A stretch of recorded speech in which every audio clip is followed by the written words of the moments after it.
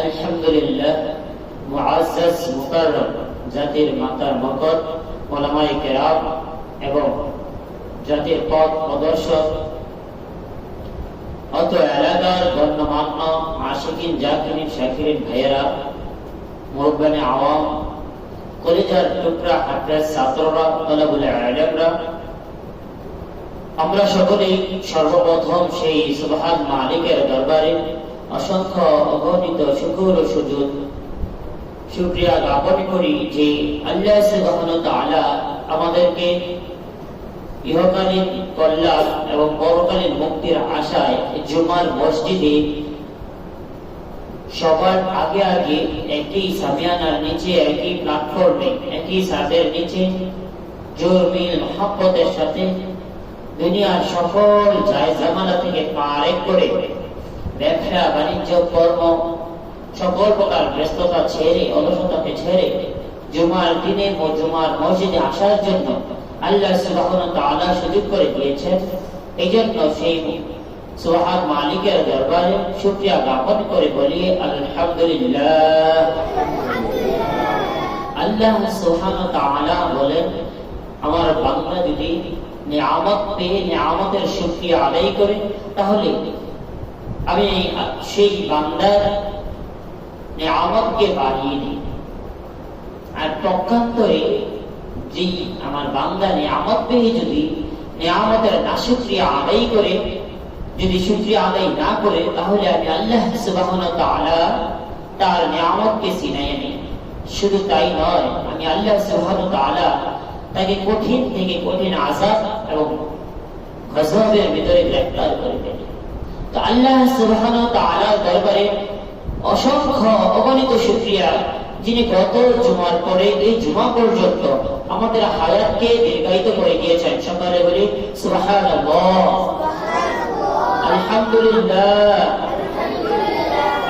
আল্লাহ সুবহানাহু ওয়া তাআলা এই পৃথিবীর বুক থেকে গত জুমা থেকে এই জুমা পর্যন্ত অসংখ্য মানুষকে তিনি তার সান্নিধ্যে নিয়ে গেছেন। আল্লাহ সুবহানাহু ওয়া তাআলার ডাকে সাড়া দিয়ে অনেক মানুষ পৃথিবী ছেড়ে পরকালীন জিন্দেগিতে পা রেখে দিয়েছেন। কিন্তু আল্লাহ সুবহানাহু ওয়া তাআলা আমাদেরকে দয়া করে, মায়া করে, মহব্বত করে, ভালোবেসে নেক হায়াতে তাইয়্যিবা দান করেছেন। আর শুকরিয়ার বিষয় যে আল্লাহ সুবহানাহু ওয়া তাআলা এই যে প্রতিকূল আবহাওয়া প্রত্যেকটি সমাজে, প্রত্যেকটি ফ্যামিলির ভিতরে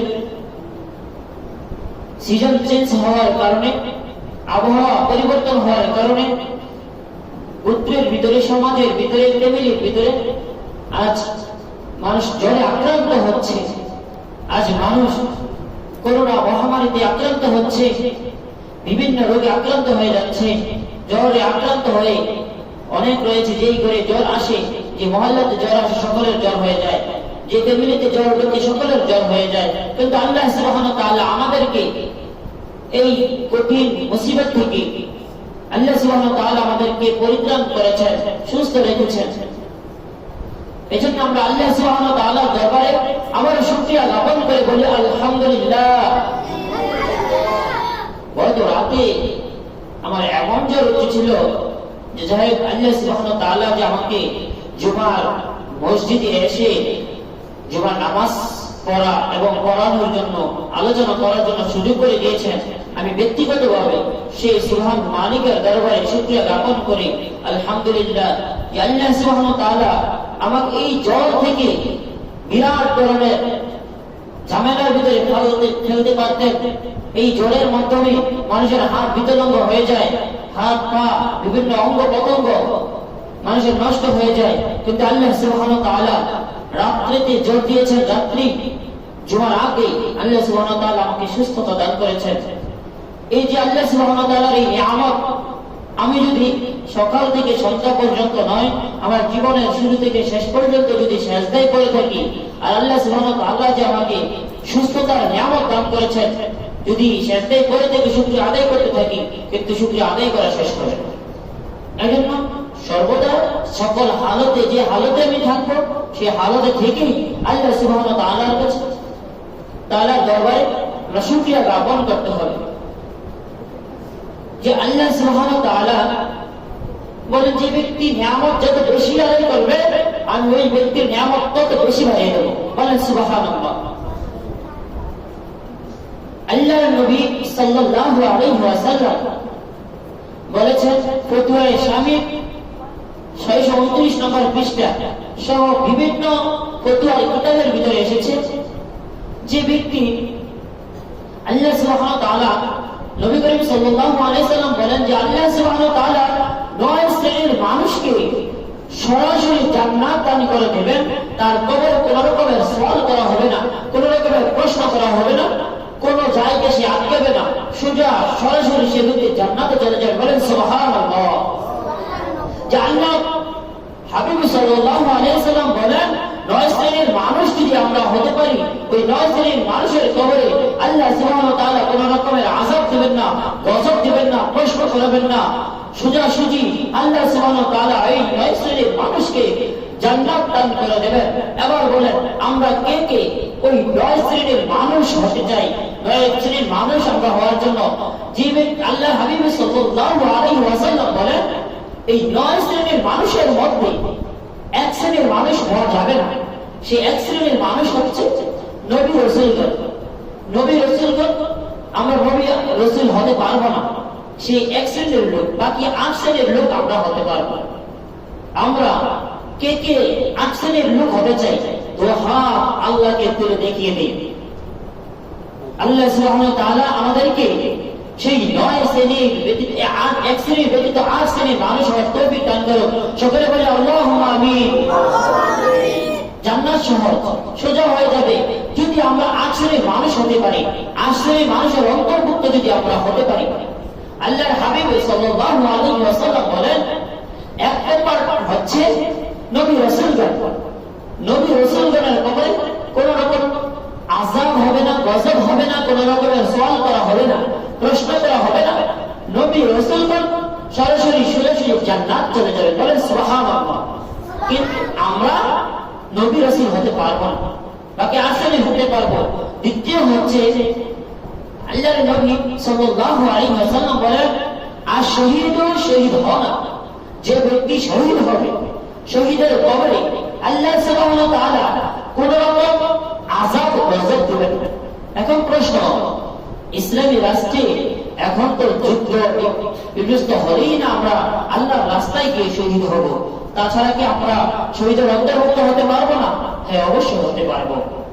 যদি আমরা শহীদের তামান্না আমাদের অন্তরের ভিতরে লালন করতে পারি, হৃদয়ের ভিতরে স্থাপন করতে পারি যে হে আল্লাহ, আপনি আমাকে শহীদ মর্তবা দান করেন। ইসলামী রাষ্ট্রে যদি কোথাও বেজিতের সাথে ইহুদি খ্রিস্টান বৌদ্ধদের সাথে ইসলাম বিদ্যুতের সাথে যদি মুসলমানদের যুদ্ধ লেগে যায়, সেই যুদ্ধতে অংশগ্রহণ করে আমি শহীদ হতে চাই, সেই যুদ্ধতে অংশগ্রহণ আমি করতে চাই, আমি শহীদ মর্তবা অর্জন করতে চাই। সেই অন্তরে যদি আমাদের অন্তরে যদি আমার আপনার অন্তরে যদি এই শহীদের তামান্না অন্তরে জ্ঞাপন করতে পারি, তাহলে আমি যদি বিছানায় পড়ে থেকে মারা যাই, আমি যদি বিছানায় পড়ে থেকে কাতরিয়ে দিন যে বিছানায় পড়ে থেকে যদি আমি মারা যাই, তাহলে আল্লাহ সুবহানাহু ওয়া তাআলা আমাকে শহীদের মর্তবা দান করবেন। বলেন সুবহানাল্লাহ। কতটুকু কারণে যে আল্লাহর হাবিব সাল্লাল্লাহু আলাইহি সাল্লামের অসংখ্য অগণিত হাদিসের মধ্যে একটি হাদিসের ভিতরে এসেছে যে ইন্নামাল আমালু বিন্নিয়াত, সব কিছুই তার নিয়তের উপরে নির্ভরশীল করে। আমার অন্তরে পাক্কা এরাদা ছিল যে আমি শহীদ মর্তবা অর্জন করব, ইসলামী রাষ্ট্রের জন্য জীবন দেব, সৎ পথের জন্য স্লোগান দেব, সৎ কথা বলবো, অসৎকে বাধা দেব, মিথ্যা কথাকে আমরা পরিহার করব, এরকম করে দুষ্কৃতিকারীদের বিরোধিতা করব। এরপরে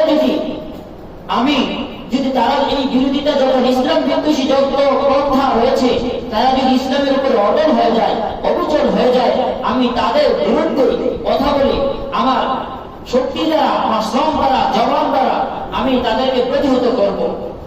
যদি এই নিয়ত থাকে, এই নিয়তটার কারণে আল্লাহ সুবহানাহু ওয়া তাআলা আমাকে শহীদের মর্তবা দান করে জান্নাত দান করে দেবেন। বলেন সুবহানাল্লাহ। আল্লাহ সুবহানাহু ওয়া তাআলা শহীদদের কবরে জান্নাতের দরজা খুলে দেবেন। যে শহীদকে যেই কারণে শহীদ হয়েছে যারা যুদ্ধের ময়দানে গিয়ে শহীদ হবে, মৃত্যুবরণের পর তারা এই যুদ্ধের যে মজা, আরাম, শান্তি, যুদ্ধ করে যে তারা শহীদ হয়ে গিয়েছে, তারা এই যুদ্ধের ভিতরে ইন্তেকাল করার পর যখন তারা শহীদ হয়ে যাবে, তারা সেই যুদ্ধের ভিতরে আনন্দ লাভ করতে থাকবে, যে কেমন আগ পর্যন্ত শুধু যুদ্ধই করতে থাকবে। বলে সুবহানাল্লাহ।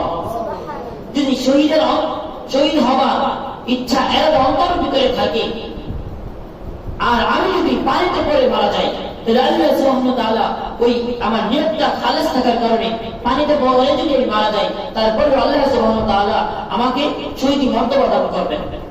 আমি যদি আগুনে পড়ে মারা যাই, আর অন্তরে যদি শহীদের তামান্না থাকে, শহীদ হওয়ার তামান্না থাকে, আগুনে পড়ে পুড়ে মারা গেলাম, তারপরে আল্লাহ সুবহানাহু ওয়া তাআলা আমাকে শহীদ হওয়ার মর্তবা দান করবেন। আমি যদি বিছানায় কাতরিয়ে মারা যাই, তারপরেও বিভিন্ন রোগে আক্রান্ত হয়ে মারা যাই, গাড়ি অ্যাক্সিডেন্ট করে মারা যাই, বিভিন্ন দুর্ঘটনা যদি আমি মারা যাই, আল্লাহ সুবহানাহু ওয়া তাআলা ওই আমার নিয়তটা যে শহীদ হয়ে মৃত্যুবরণ করা, শহীদ হবার তামাম অন্তরে কামনা করেছিলাম, এই কারণে আল্লাহ সুবহানাহু ওয়া তাআলা আমি যদি গাড়ির অ্যাক্সিডেন্ট করে মারা যাই, পুষ্করিতে পড়ে মারা যাই, আমি যদি কারেন্টের শক খেয়ে মারা যাই, আগুনে পড়ে মারা যাই, তারপরেও ওই আমার নিয়তটা খালেস থাকার কারণে আল্লাহ সুবহানাহু ওয়া তাআলা আমাকে শহীদের মর্তবা দান করবেন, সোজাসুজি জান্নাত দান করবেন। বলেন সুবহানাল্লাহ। 2 নম্বর হচ্ছে ইসলামী রাষ্ট্রের অতন্ত্র প্রহরী যারা, ইসলামের রাষ্ট্রে যুদ্ধ হচ্ছে বা ইসলামী রাষ্ট্রকে বেদিনদের হাত থেকে রক্ষা করার জন্য সীমান্ত পাহারা যারা দেয়, দেশের নাগরিককে রক্ষা করার জন্য যারা সীমান্তে পাহারাদার থাকে, খালেস নিয়ত যদি তারা সেই প্রহরী হিসেবে কাজ করতে পারে, তাহলে আল্লাহ সুবহানাহু ওয়া তাআলা তাদেরকে বিনা হিসাবে জান্নাত দান করবেন। বলেন সুবহানাল্লাহ। এজন্য আমরা যদি কেউ এমন দায়িত্ব পেয়ে যাই, অথবা কোনদিন যদি আমাদের এই বাংলাদেশ ইসলামী রাষ্ট্র হিসেবে ঘোষিত হয়ে যায়, আর আশেপাশের বেদিন রাষ্ট্রগুলো যদি আমাদের রাষ্ট্রের উপরে সকলের চোখ রাখে, তারা যদি আমাদের উপরে খারাপ করার জন্য, আমাদেরকে আক্রমণ করার জন্য তাদের বাঁকা নজর লেগে যায়, আর সেই সময় যদি আমরা সুযোগ পাই, তাহলে আমরা দেশের জন্য অত্যন্ত প্রহরী হয়ে আমরা জীবনকে বিলীন করে দেব। এই নিয়মটা আমাদের সকলের অন্তরে থাকা লাগবে। যদি এই সুযোগটা এসে যায়, বেদিনদের হাত থেকে দেশকে রক্ষা করার জন্য, অন্য রাষ্ট্রের হাত থেকে, অন্য রাষ্ট্রের আক্রমণের হাত থেকে বাংলাদেশকে রক্ষা করব, যে দায়িত্বগুলো পালন করতেছেন আমাদের সেনাবাহিনীর ভাইয়েরা, যে দায়িত্বগুলো পালন করতেছেন আমাদের প্রশাসনের পুলিশ ভাইয়েরা, যে দায়িত্বগুলো পালন করতেছেন সীমান্ত রক্ষী আমাদের বিডিআর ভাইয়েরা, তাদের নিয়তটা যদি খালেস থাকে, আল্লাহকে রাজি খুশি করার উদ্দেশ্য যদি থাকে, তাদের উদ্দেশ্যটা যদি থাকে আমার দেশকে আমি পাহারা দিচ্ছি, বিদেশের হাত থেকে, ভিন্ন রাষ্ট্রের হাত থেকে দেশকে আমি রক্ষার উদ্দেশ্যে, তাদের নিয়তটা যদি থাকে, এই খালেস থাকার কারণে আল্লাহ সুবহানাহু ওয়া তাআলা সে তার ডিউটি পালন করেছে, সে বেতন পেয়েছে, তার এই চাকরির দ্বারা তার সংসার চলেছে, জীবিকা অর্জন হয়েছে, তার দুনিয়ার পার্থিব জীবনে সে শান্তি পেয়েছে, আল্লাহ সুবহানাহু ওয়া তাআলা তার আখিরাত জীবনটাও আল্লাহ পাক রব্বুল আলামিন সুখময় করে দিবেন। তার কবরে সে মৃত্যু বরণ করার সাথে সাথে তার কবরে কোনো সওয়াল করা হবে না, তাকে কোনো সওয়ালের জবাব দেওয়া লাগবে না, সেই ব্যক্তিটাকে আল্লাহ সুবহানাহু ওয়া তাআলা সরাসরি জান্নাত দান করে দেবেন। আমি মন করে বলতেছি না, এই কথাগুলো ফতুয়া সালের 129 নম্বর পৃষ্ঠার ভিতরে এসেছে এবং বিভিন্ন কিতাবের ভিতরে এসেছে। প্রত্যেকটি কিতাবের নাম বলা এখন সময় নেই। যদি আমি এক একটা বিষয় নিয়ে আজকে আলোচনা করি, তাহলে এক একটার জন্য এক এক দিন চলে যাবে, এক এক ঘন্টা চলে যাবে। যেহেতু জুমার দিন, 9 শ্রেণীর মানুষ আজকে জুমার দিনে যারা উপস্থিত হয়েছে, আগামী জুমাতে এমনও হতে পারে তারা অনুপস্থিত থাকতে পারে। এই জন্য এই আলোচনাটা যেহেতু ধরেছি, যেন আমরা সকলে আরেক শ্রেণীর লোক হতে পারি, এই জন্য সবটা আলোচনায় আজকেই করে ফেলবো, সংক্ষিপ্ত আকারে হলেও করে ফেলবো, হ্যান্ডেলগুলো বলে বলে। আর না হয় যদি 8 দিন 8 সপ্তাহ লেগে যায়, তাহলে দেখা যাবে একদিন যে ভাই আসলো, পরের দিন ওই ভাই আসবে না, সেই আলোচনাটা পরিপূর্ণ সম্ভব না। কিন্তু বিস্তারিত আলোচনা করার সুযোগও নেই, যেহেতু জুমার দিন। 3 নম্বর হচ্ছে অতন্ত্র প্রহরী যারা। এবার 4 নম্বর হলো যে মানুষটা প্লে রোগে মারা যায়, এখন তো প্লে রোগ নাই, যে লোকটা প্লে রোগে মারা যায়, অথবা কোন এলাকার ভিতরে, গোত্রের ভিতরে কোন মহামারী লেগে যায়, যেরকম আমাদের করোনা উপসর্গ, যারা করোনা উপসর্গ নিয়ে মারা যায়, যারা প্লেগ রোগে মারা যায়, এরকম যে মহামারীগুলো রয়েছে, ডায়রিয়া রয়েছে, বিভিন্ন রোগ রয়েছে যেগুলো ঢালাও ভাবে এসে এইগুলোর ভিতরে যারা পতিত হয়ে করোনা উপসর্গ নিয়ে যারা ইন্তেকাল করবে, প্লেগ রোগে হয়ে যারা মারা যাবে, ডায়রিয়া রোগে যারা মারা যাবে, সমাজে যে রোগটা অবহ এসে যাবে, সমাজের ভিতরে যেটা ছয়লাভ করে ফেলবে, এরকম রোগ যেগুলো আছে, মহামারী রয়েছে, সেই সকল মহামারীর ভিতরে যারা ইন্তেকাল করবে, এই মহামারীর উপসর্গ নিয়ে যারা মৃত্যুবরণ করবে, আল্লাহ সুবহানাহু ওয়া তাআলা তাদেরকে বিনা হিসাবে জান্নাত দান করবেন। বলেন সুবহানাল্লাহ। আমাদের সমাজে আমরা এমনটা দেখতে পাই, যাদের করোনা হয়েছে, করোনা উপসর্গ নিয়ে যারা মারা গিয়েছে, ইন্তেকাল করেছে, আমরা তাদেরকে বাঁকা নজরে তাকাই, তাদেরকে আমরা অন্য নজরে তাকাই, সে করোনা হয়ে মারা গিয়েছে। আসলে আমরা তো কোরআন হাদিস বুঝি না, তাকে কিভাবে সম্বোধন করতে হয় আমরা এটাও জানি না। আজকে করোনা নিয়ে যারা ইন্তেকাল করেছে তাদেরকে নিয়ে আমরা অনেকের গবেষণা, আল্লাহর গজব তাকে পেয়েছে, কিন্তু এটা একটা মহামারী। এই মহামারীর ভিতরে যারা ইন্তেকাল করবে, আল্লাহ সুবহানাহু ওয়া তাআলা তাদেরকে বিনা হিসাবে জান্নাত দান করবেন। 5 নম্বর হলো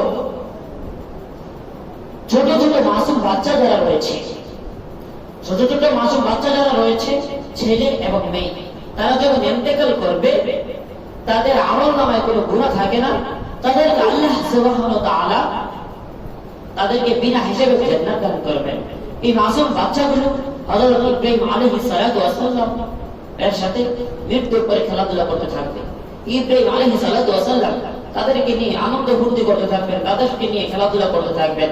যে সকল বাচ্চারা শিশু অবস্থায় মারা যায়, বেগুনা মাসুম অবস্থায় মারা যায়, ছেলে এবং মেয়ে, তারপরে আল্লাহ সুবহানাহু ওয়া তাআলা কিয়ামতের ময়দানে তাদেরকে কি হিসাব করবেন? তারা তো বেগুনা মাসুম ছিল, তাদের কবরে তো আল্লাহ কোনো আযাব দেন নাই, শুধু যদি তাদেরকে জান্নাতের নাজ নিয়ামত ভোগ করে দিয়েছেন। তাদের কবরটা জান্নাতের টুকরা ছিল, তাদের কবরটা জান্নাতের বাগান ছিল, আদমময় ছিল। কাল কিয়ামতের ময়দানে যখন সকলকে উঠানো হবে, ওই বাচ্চাদেরকে তখন হুকুম করা হবে যে তুমি, আল্লাহ সুবহানাহু ওয়া তাআলা কিভাবে তাদের হিসাব দিবেন?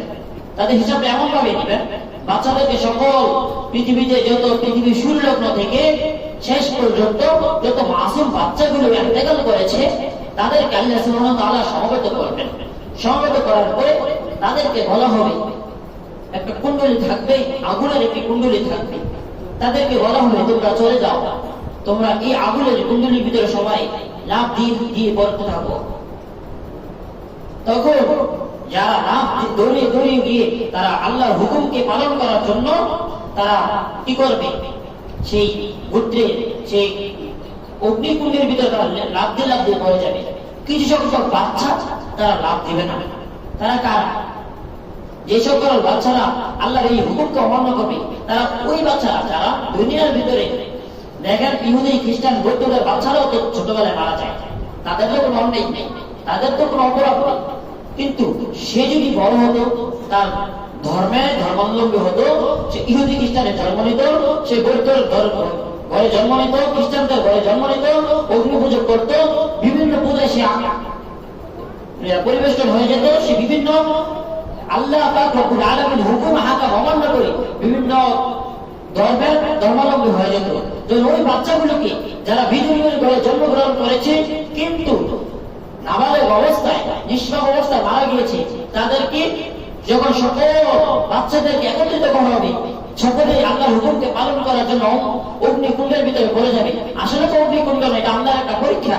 কাদেরকে আল্লাহ পাক রব্বুল আলামিন জান্নাতে নাজনামত দান করবেন আর কাদেরকে করবেন না, বেদিন বাচ্চাগুলো তারা কি করবে? আল্লাহ পাক রব্বুল আলামিনের এই হুকুমকে তারা পালন করবে না, কারণ তাদের ঔরস ছিল, তাদের মা বাবা, ওরা জন্মদাতা মা বাবা ছিল, তারা ছিল ইহুদি, তারা ছিল খ্রিস্টান, তারা ছিল বৌদ্ধ, তারা ইসলাম ধর্মকে মানে নাই, আল্লাহ সুবহানাহু ওয়া তাআলার হুকুম হাকামকে মানে নাই। কিন্তু তাদের রক্তে, তাদের অংশে তাদের সন্তানগুলো, ওই সন্তানগুলো কিয়ামতের ময়দানে তারা আল্লাহর হুকুমকে অমান্য করার কারণে তাদেরকে আল্লাহ পাক রব্বুল আলামিন জান্নাত দান করবেন না। বাকি সকল শিশু বাচ্চাগুলোকে আল্লাহ সুবহানাহু ওয়া তাআলা বিনা হিসেবে জান্নাত দান করবেন। বলেন সুবহানাল্লাহ। 6 নম্বর হলো যে ব্যক্তি প্রতিনিয়ত প্রত্যেক দিন এশার নামাজের পরে 29 বার সূরাতুল মুলক এবং 26 বার হামিম সাজদা নিয়মিত পাঠ করে, এই দুইটার যে কোনো একটা, অথবা মুলক পাঠ করে, কেউ বা হামিম সাজদা পাঠ করে, অথবা কেউ দুটোই পাঠ করে। যে ব্যক্তি এই দুটো সূরা পাঠ করতে পারবে অথবা যে কোনো একটা সূরা পাঠ করতে পারবে, কাল কিয়ামতের ময়দানে আল্লাহ রাব্বুল আলামিন সে যখন ইন্তেকাল করবে, ইন্তেকাল করার পরে সে ব্যক্তির কবরে কোনো রকমের প্রশ্ন করা হবে না, সেই ব্যক্তিটাকে আল্লাহ সুবহানাহু ওয়া তাআলা বিনা হিসেবে জান্নাত দান করবেন। সুবহানাল্লাহ বলি, সকলে সুবহানাল্লাহ বলি। সূরা মুলক 30 আয়াত বিশিষ্ট একটি সূরা। এই আলোচনাটা আমি অতীতে এক জমায় করেছিলাম এই মসজিদে।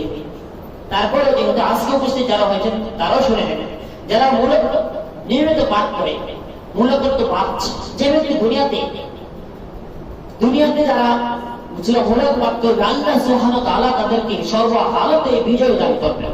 আল্লাহ সুবহানাহু ওয়া তাআলা তাদেরকে সর্বহালতে ইজ্জত দান করবেন। তাদেরকে তারা যে কেউ রিক্সা চালায়, কেউ গাড়ি চালায়, কেউ ভ্যান চালায়, যে করবে না কেন, কিন্তু আল্লাহ সুবহানাহু ওয়া তাআলা তাদেরকে বাদশাহীর হালতে রাখবেন। রিক্সা চালায় তাকে আল্লাহ সুবহানাহু ওয়া তাআলা সেই রিক্সা চালকের ভিতরে তাকে বেশি সম্মানিত করবেন।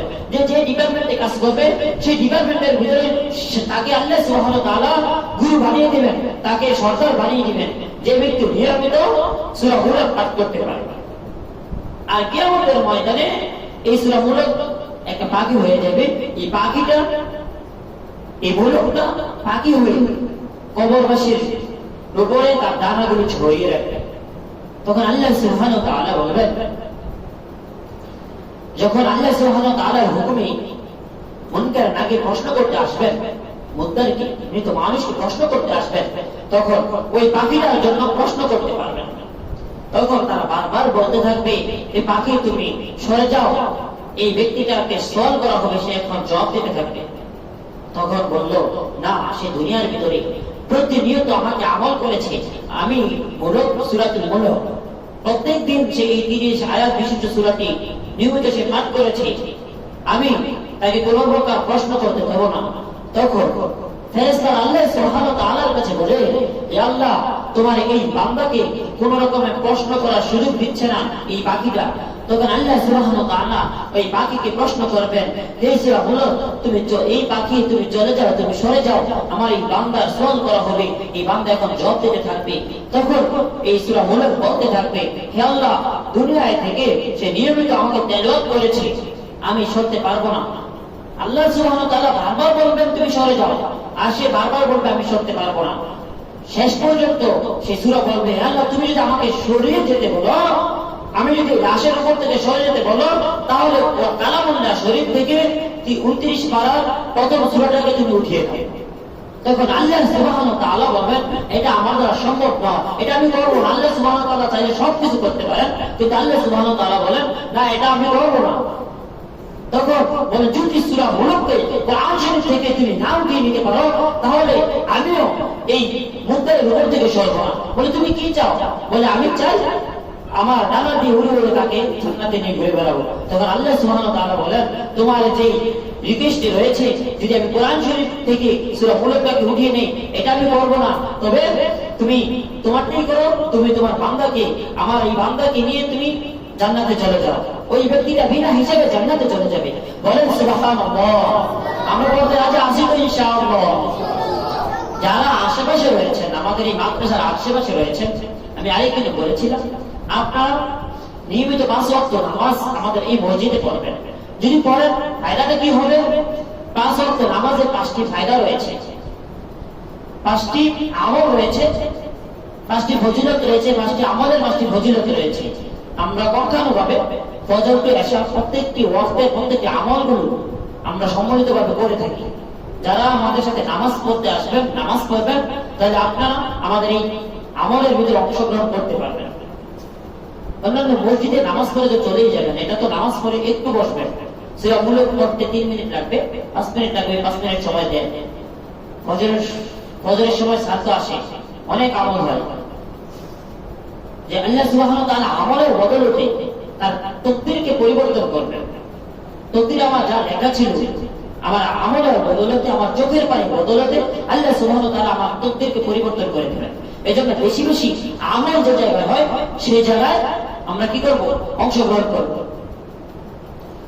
এক হাদিসের ভিতরে এসেছে, মাজলিসে ফিকহিন সিদ্দিনা সানা, যে ব্যক্তি একটি দিনের মজলিসে বসে 60 বছর নফল ইবাদত করলে যে সওয়াব আল্লাহ সুবহানাহু ওয়া তাআলা একটি দিনের মজলিসে বসলে সেই সওয়াব দান করেন। সুবহানাল্লাহ।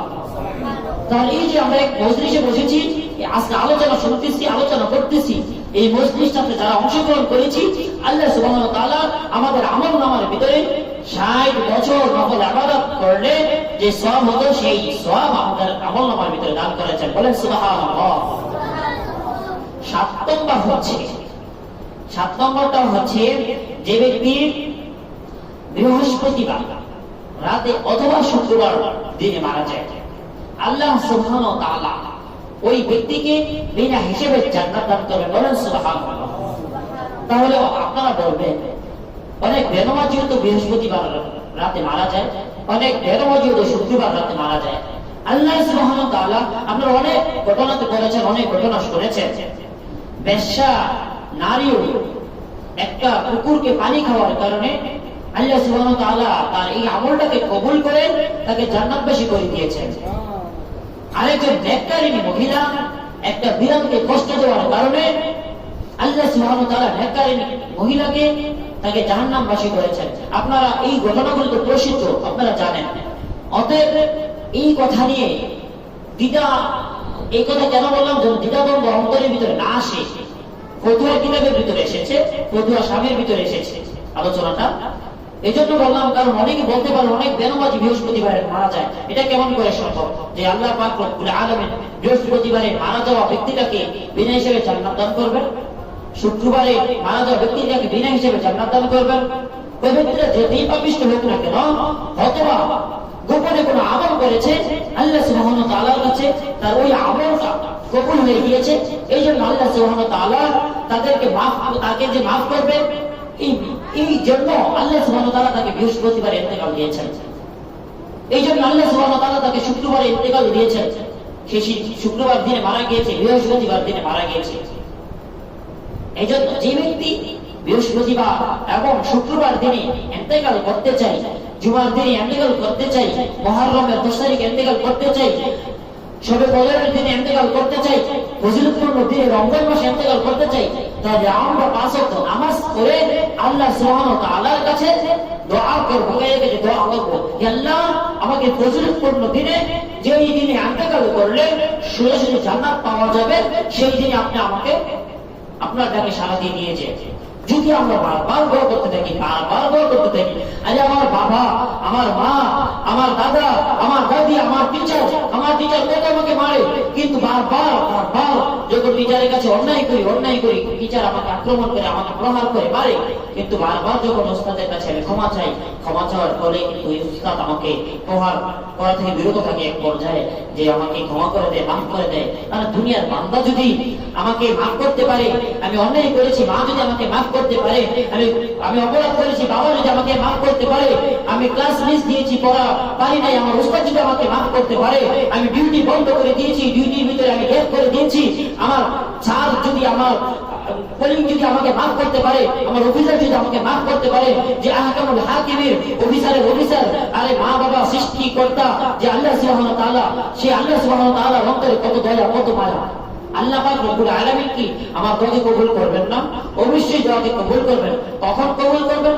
দোয়া কবুল হওয়ার জন্য যে শর্তগুলো রয়েছে, হালাল রিজিক ভক্ষণ করা, হালাল পোশাক পরিধান করা, জিহ্বাকে পাক পবিত্র রাখা, জবানকে পাক পবিত্র রেখে আপনি যেই দোয়াই করবেন, আল্লাহ সুবহানাহু ওয়া তাআলা আপনার সেই দোয়াকে কবুল করবেন। 8 নম্বর হচ্ছে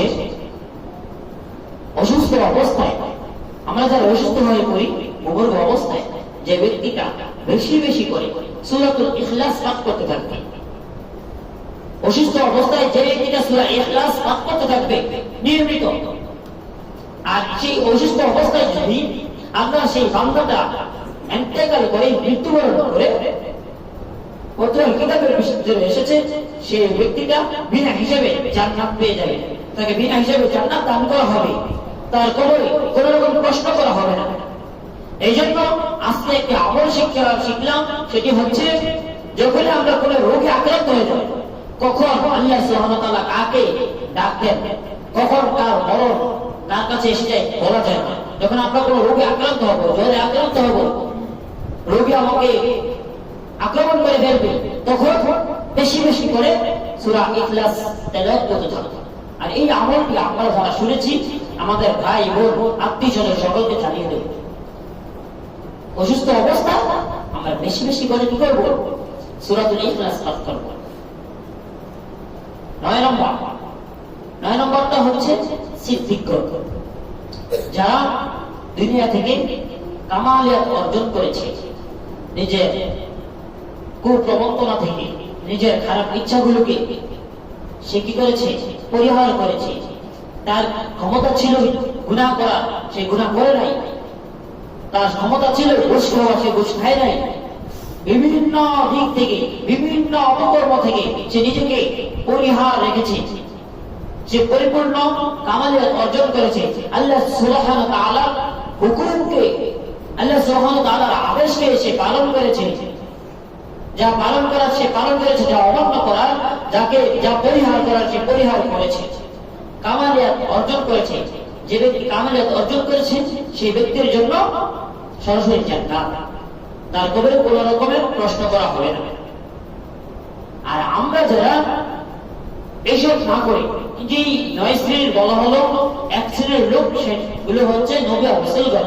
নবী রাসূলগণের কোনো গুনাহ নেই, তাদের কবরে কোনো রকমের প্রশ্ন করা হবে না। এই 1 শ্রেণীর ব্যতীত আমরা বাকি 8 শ্রেণীর লোক হতে পারি। আল্লাহ সুবহানাহু ওয়া তাআলা আমাদের সকলকে এই 8 শ্রেণীর লোক হওয়ার তৌফিক দান করুন। সকলে বলি আল্লাহুম্মা আমিন।